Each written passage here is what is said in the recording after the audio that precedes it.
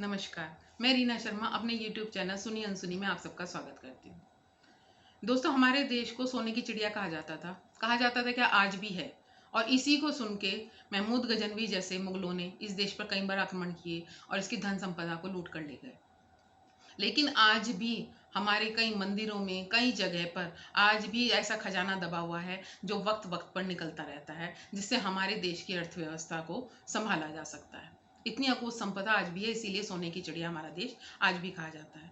जैसे जो जगन्नाथ मंदिर है, उसमें जो नीचे एक गर्भगृह में एक खजाना है, उसको हर 6 महीने बाद खोलने की परंपरा है, परंतु उसको अभी 33 साल से नहीं खोला गया है, क्योंकि उसकी चाबियां गुम हो गई। अब क्यों गुम हो गई, कैसे गुम हो गई और दोबारा क्यों नहीं बनी, ये भी एक रहस्य है। परंतु जो भी है, उसका अब तक नहीं पता कि अब उसमें क्या खजाना है। उसमें 2-3 बार सुना है चोरी भी कर ली गई है, जो भी हुआ। लेकिन ना तो गवर्नमेंट इन पे हाथ डालती है, ना इनको अपने कब्जे में लेती है, क्योंकि इनमें मंदिर प्रशासन का इतना जबरदस्त रोल होता है। ऐसे ही एक दरवाजा है जिसमें नाग का चिन्ह बना हुआ है। कहते हैं कि उसको नाग पास से बांधा गया है और उसको सिर्फ गरुण मंत्र से ही खोला जा सकता है। उसके पीछे भी अथाह संपत्ति है। ये कहाँ पर है?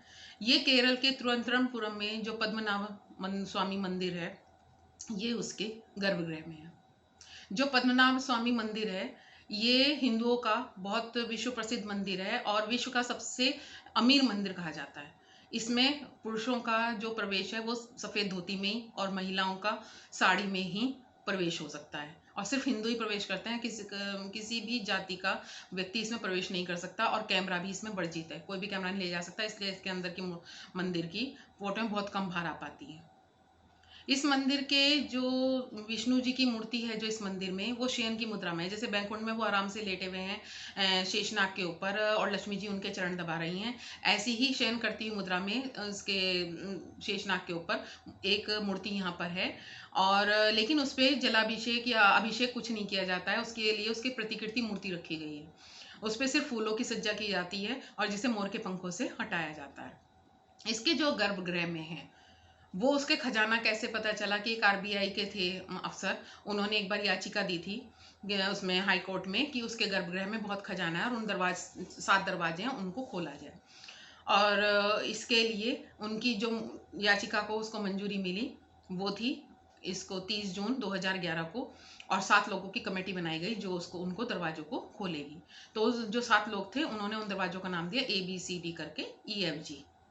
और उनको खोला गया। 3 साल लगे उनकी धन संपदा को उसको काउंट करने में। लेकिन जो उसका B नंबर का दरवाजा था, उसमें पहले लोहे का गेट था, वो खुल गया। जाल फिर एक लकड़ी का दरवाजा था, वो खुल गया। लेकिन जो उसका तीसरे नंबर पे एक लोहे का दरवाजा था जिसपे नाग की आकृति बनी हुई है, वो नहीं खुल पाया, क्योंकि उसमें ना कोई ताला था, ना कोई किसी तरह के अंदर जाने का रास्ता था। उसको कहा गया कि इसको सिर्फ मंत्रों से ही खोला जा सकता है, मंत्रों से इसको बांधा गया है। वो कहता है कि उसके पीछे बहुत ज्यादा धन संपदा है अकूत की, जितनी 6 उनमें से नहीं मिली दरवाजों के पीछे, जितनी अकेली उसमें। कोई कहता है कि ये इसलिए रखी गई थी कि अगर कोई बाहरी आक्रमणकारी सारे दरवाजे खोलता है, जबरदस्ती इस पे धन संपदा पे अधिकार करने की कोशिश करेगा, तो प्रलय आ जाएगी और सारी ये डूब जाएंगे, सब गर्भगृह। कोई कहता है कि उसका जो है, उसके पीछे बहुत सारे जो हथियार थे, जो महाभारत काल के ब्रह्मास्त्र वगैरह टाइप के बहुत ज़्यादा मतलब फेमस कह लो, बहुत शक्तिशाली जो हथियार हैं वो रखे हुए हैं। तो अब लेकिन जब तक दरवाजा नहीं खुलेगा, कोई नहीं कह सकता कि उसके पीछे आखिर में है क्या। लेकिन जो भी है वो कुछ ऐसा है जिसको बहुत मजबूती से लॉक किया गया है, जो आज तक उसका पता नहीं चला, और जब खुलेगा तब देखी जाएगी। उसको यही कहा जाता है कि कोई संत महापुरुष कोई गरुण मंत्र का बिल्कुल सही से उच्चारण करे, तभी शायद वो दरवाजा खुलेगा।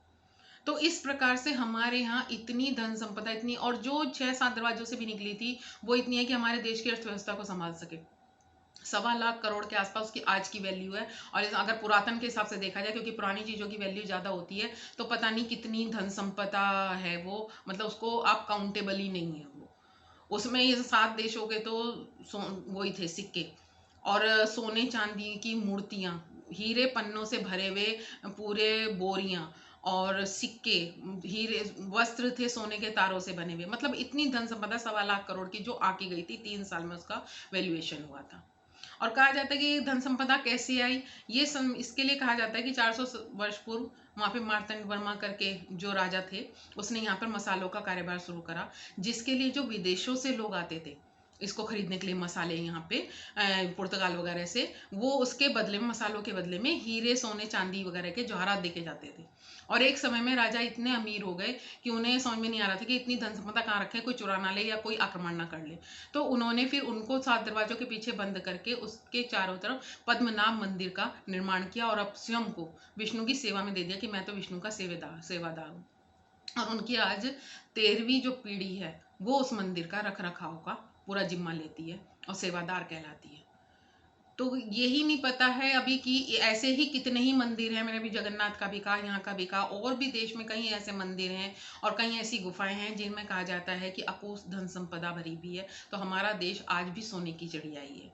बस ये है कि उसका सही से यूज़ नहीं होता है। अगर सही से यूज़ हो तो, अगर इसी धन संपदा का भी यूज़ हो तो कहते हैं तो 14,000 करोड़ इसकी सड़कें बन सकती हैं, लंबी 14,000 किलोमीटर लंबी सड़क बन सकती है।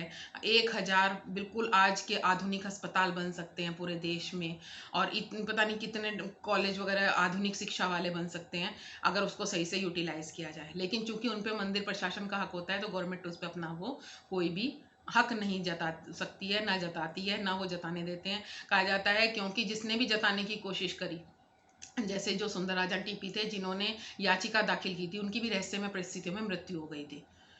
तो सब ये बात फैल गई थी कि जिसने भी अगर जबरदस्ती इनको खोलने की, इन पे कब्जाने की कोशिश करी तो उसकी मृत्यु निश्चित है।